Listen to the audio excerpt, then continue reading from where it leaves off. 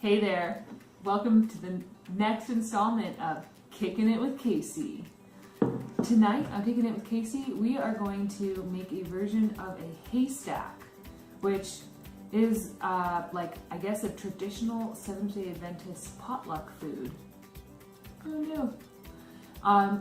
The important components of it, basic components of a haystack is chips, beans, cheese, sauces, and then really anything else you want to throw at it. So tonight we're going to make a kind of like Indian version of a haystack. We've got some pita chips. We're going to roast some beautiful purple cauliflower from the garden with some red potatoes. We're going to make some crispy chickpeas. And then I've got a couple of fun sauces that we're going to put on top. We've got raita, which is a yogurt sauce, and then kind of like an Indian green, spicy green chutney. And I think it's gonna all come together really well. So let's get cooking. So the first thing that I'm gonna do for these haystacks is to roast our veggies. I've got them all cut up here, and the potatoes are cut, approximately into 1-inch cubes, and what's most important is that they all be of uniform size. That they can be a little smaller or a little bigger, as long as they're all the same, so that they cook at the same rate. And then I've broken up the cauliflower into little florets. I've got my oven preheating to 400 degrees, nice and hot for our roasted veggies. And I've got some pans prepped here. I like to use the parchment paper on the pans just because it makes it easier to clean up and there's less things to kind of scrub off of the pan. But if you don't have parchment paper, you can that's fine because there'll be plenty of oil on the veggies. So over here, I've made a spice mix that's going to go on our veggies, and this spice mix is equal parts cumin, curry powder, and garam masala. I think that's garam masala. I don't know, Indian spice. It's delicious. For this amount of veggies, probably 1 tablespoon of each of those spices is sufficient, and then about 2 teaspoons of salt, and sprinkled in some red pepper flakes as well, because I know you like it spicy. So unfortunately I don't have a bowl that's big enough to fit all of my veggies, so I'm going to do them in 2 batches, cauliflower in one and potatoes in the other. If you're using less veggies or you have a bigger bowl, feel free to mix them. I'm going to put about half of this spice mix here, maybe a little bit more than half. I have a little bit more cauliflower than potatoes. And then a pretty generous glug of olive oil here. And I'm going to mix it all up, and when it's well mixed, I'll turn it out onto the pan, repeat with the potatoes, and put them in the oven. The potatoes and cauliflower are in the oven, and then the next step is to make the garbanzo beans, or chickpeas, whatever you want to call them. So I drained them and rinsed them pretty well under a colander, and then I actually am going to dry them off with this clean dish towel. So just kind of fold it over, roll it around, dry it off really well. That's how they're going to get really crispy. If you don't dry them well, they'll still be delicious, but they're not going to have that nice crispy texture. And also, once you've done that a little bit, sometimes the skins will fall off, and I would say feel free to those ones that have fallen off, just get them out of there. I wouldn't spend a ton of time and effort like trying to actually de-skin them, but the ones that have already fallen off, why not? So once you've got your chickpeas all dried and de-skinned as much as you want, I'll just put them in that same bowl that I used for the other things. I tossed a bunch of salt in here earlier, and I'm going to be pretty liberal with the use of the olive oil, because that's also going to contribute to their crispiness. I'm not going to add any other spices. They're getting some spices in here that are left over from the other vegetables. We don't want those spices to burn, and we will, at the end, when the chickpeas are still hot, we're going to toss them in some more spices, and that's how they'll end up spiced. So the same thing, I've got my pan here with the parchment paper.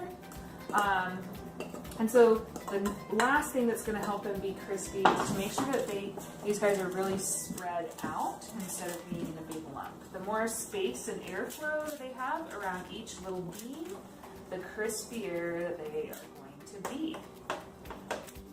Once you've got them all nice and spread out, no friends here in crispy garbanzo beans, we're going to slide them on into the oven if we can find room.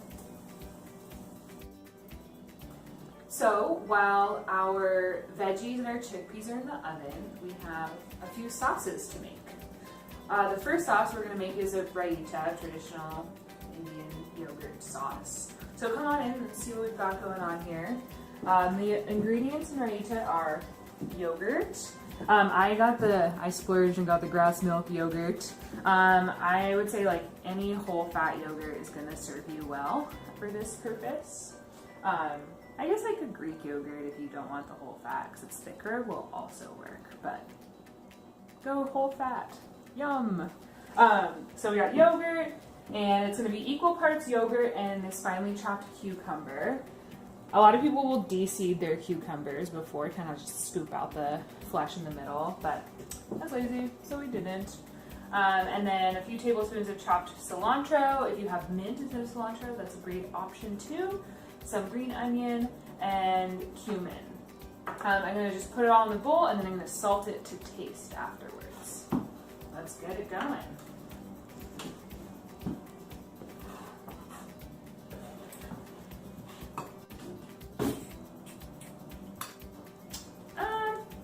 It's like maybe 2 teaspoons of cumin.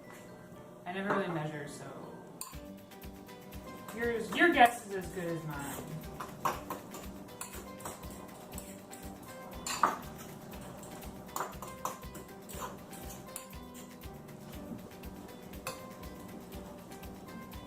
Pretty good. I think just a little bit of salt should do it.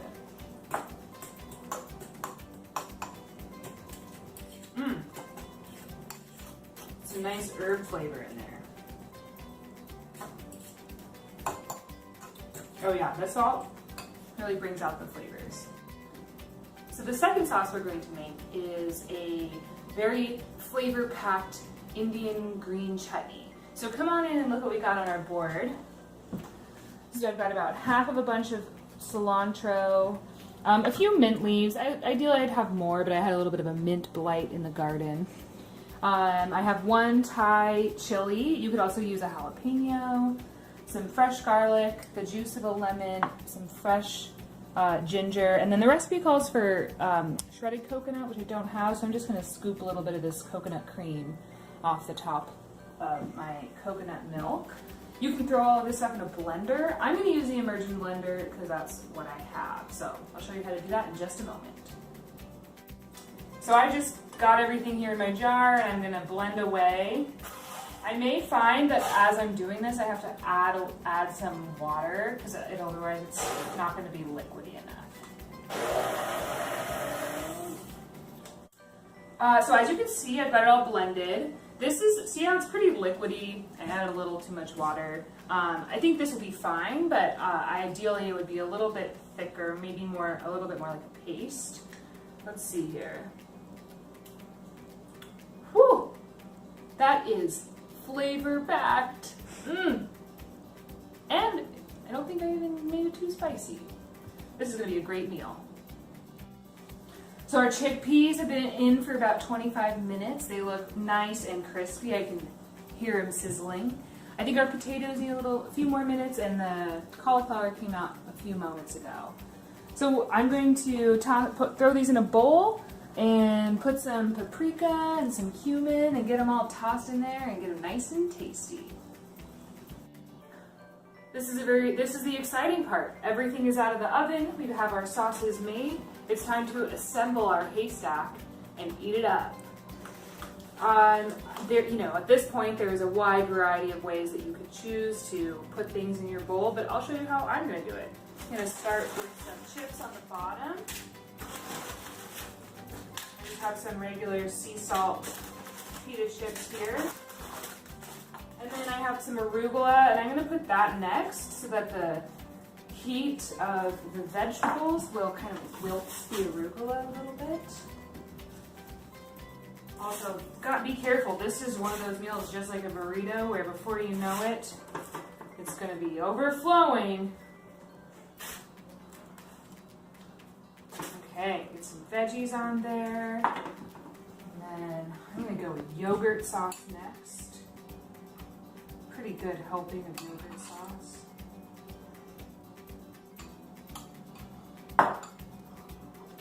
And then a little green sauce right on top.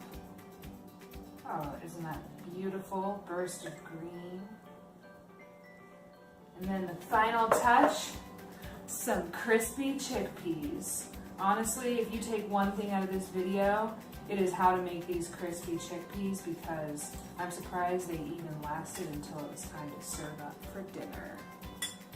All right, and you know what this pairs excellently with? A nice cold beer. Bon appetit!